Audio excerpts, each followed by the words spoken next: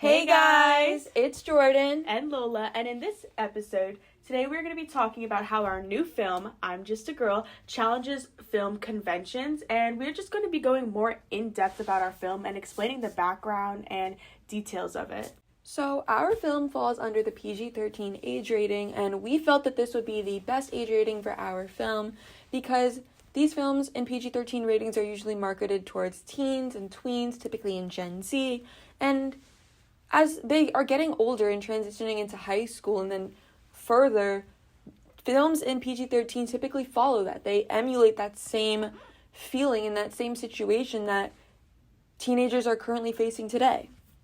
I totally agree with that, Jordan, especially because our film is about a girl's life, and she is in high school and she is the same age as the audience. So that's why we directed it towards them.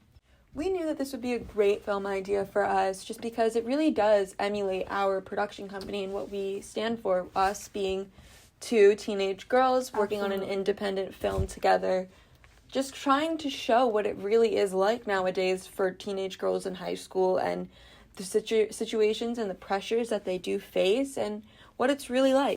Okay, so enough about our amazing production company. Yep. Let's get more in depth of the genre of this film. So this film is more of a drama romantic genre. It shows drama by showing an everyday life of a teenage girl, and you normally see in drama films something that you can relate to, someone's life, that something is going on that you can relate to or that a person can relate to. And that is really shown in the opening sequence, I feel like. I agree. And then we get more into the romance later into the film, but you can kind of start out seeing little hints of the romance in the dialogue in the opening sequence. Yeah, I would totally agree. I feel like the dialogue between our main character, Jordan, and her friend, when they're talking about if her ex-boyfriend is going to be at a party on the weekend, falls into both drama and romance. You get that little romance of her ex-boyfriend, but what's going to happen at this? That's the dramatic part. It leads to suspense. It does lead to the suspect of it. Like, what are they going to do? Are they going to fall in love again? What's going to really happen?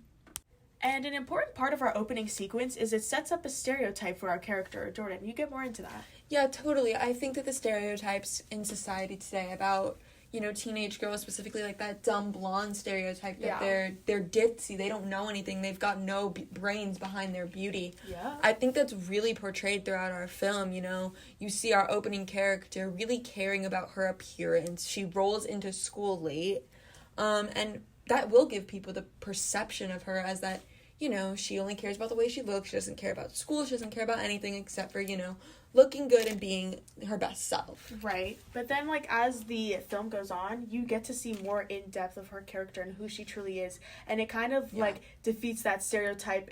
You make the audience think, oh, this girl is just a little dumb blonde. And then you see throughout the film her growing and showing her true self. And I think she really does become the best version of herself, the most real version, and I think the audience will really be able to see that by the end of the film. Absolutely.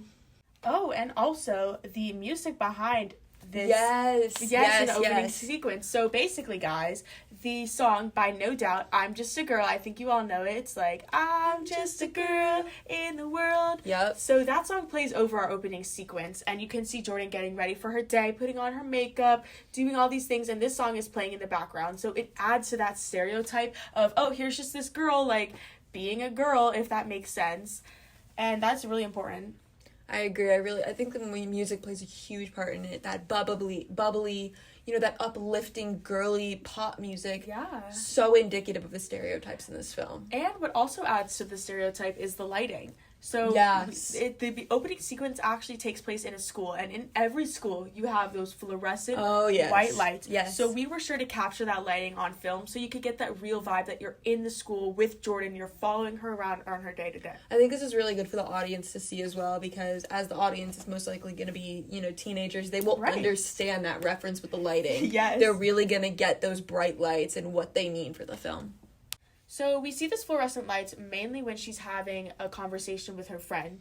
So this conversation actually hooks the audience in. Yes. Because you talk about a party that's happening later. So similar to a cliffhanger, I feel. Exactly. So in the beginning of the film, they're already talking about something that's going to be happening later in the film. And so this captures the audience and will make them want to continue to watch the film to see, what will happen with Jordan and her ex-boyfriend. They've just been introduced to this lovely character. She's fun, she's amazing. Everyone kind of loves this girl, and I feel like they will want to know more about her life. And that's why we added that in the Her very romantic beginning. life especially, I feel like, is super intriguing to, you know, the audience. Teenagers love to watch their love stories and, you know, see themselves in the movie, and I think that's Absolutely. really easy to do with this film.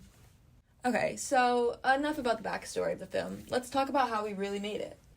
Yes, so as the person behind the cameras, as The director. the director, thank you, I kind of told everyone what shot I wanted to see, how I wanted Jordan to be, like, captured on the camera. So we start out with an establishing shot of Jordan waking up in her bed, and we kind of follow her throughout her room, and it kind of like a tracking shot almost, and we're watching her get ready for her everyday life. And I really thought that tracking shot was important because we want the audience to feel like they're watching Jordan and they're in the movie. And another thing that we did was we went into school one day. Good thing we're already in school because Yep. we needed this setting. We needed this setting. And I followed Jordan around the school, and I used different shots, like an establishing shot, a mid shot, and even over the shoulder shots to show her conversation with her friend Gabby. And I think that being behind the camera, I got to let the vision of this movie, like, really come to life. I agree. I think just having you behind the camera as another teenage girl who understands, you know, how this daily life would be was super important because I think it made it just seem a lot more realistic and a lot more like the audience was really there with her. Right. Okay, so I did star in this movie and I was the main actress, but I also did most of the editing for it as well. And I think that editing was super important. There's the scene will open with credits and then it fades with a transition into the establishing shot. You know, that credit includes this bright pink bubbly heart letters of the title of the film, and that really, I think, draws people in, especially with the bright colors. It just attracts the audience. And it even adds to that beginning stereotype that we have for Jordan, like that pink, pink blonde. Yes, totally agree.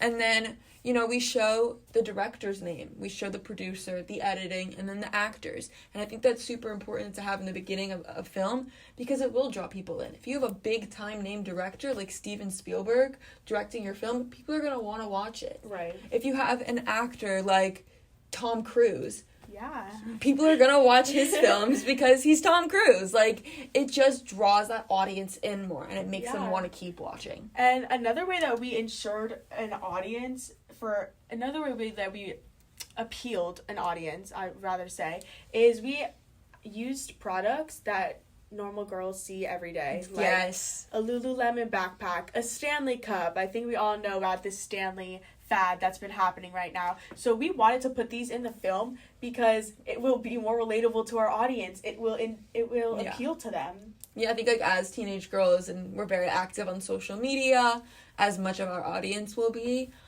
they understand, you know, the hype around these products and how the cooler girls have them, like the it girl stereotype, and how she always has, like, these set things to, like, get that checklist. And also how the title, it really just is significant to the entire film because of that pink, because we want those people to have the stereotype of, oh, dumb blonde, so they could realize she's more than that. Yeah, I think just the simplicity of, I'm just a girl, like, she's so surface level. Right. In reality, as the film goes on, you see her depth and her realness, and I think that was super important. I agree. And yeah, that's pretty much our film. That's just the opening, so guys, stay tuned for another episode where we go more in depth about the rest of the film. Thank you for listening. Talk to you guys soon. Love you. Bye. Bye.